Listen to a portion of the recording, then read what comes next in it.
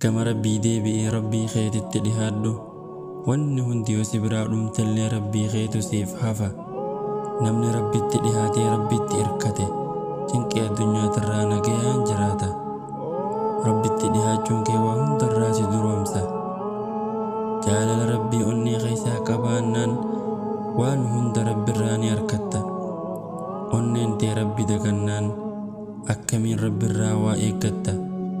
Namni rabbiin jaalatu waa hunda akka bareedatti laala. Rabbirraa naaf odeessi yoo jette rabbiin kan osoo badii daleeyduu rahmata siif godhu. Rabbiin kan gaafa namuu si darbii ofitti si qabu.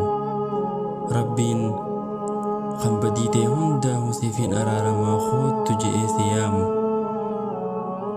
Jireenya kana keessatti rahmata rabbii malee wanni bilisa harkatan hin jirtu. Gama rabbii deebi'i, rahmata rabbii barbaadi. Namni rabbi harkate maal dhabe? Namni rabbi dhabe hoo maal waa harkate?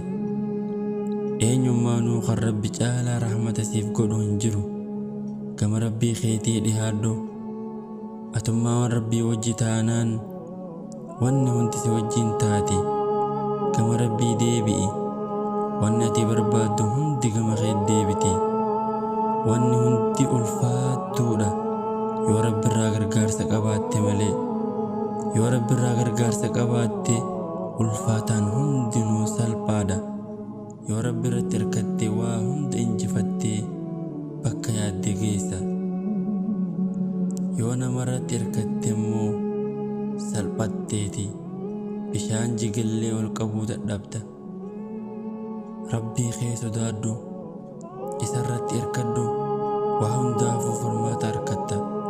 Rabbi dhiiftee waan biraa irratti hirkachuun abdii kutachuu fi xiqqaachuudha. Laafina keetiin gama rabbii deebi'i, jabina isaatiin gama kee deebi'a. Ati kophaa keetii miti. Rabbiin yeroo hunduma si wajjin jira. Kanaaf garaan kee tasgabbaa'uu qaba.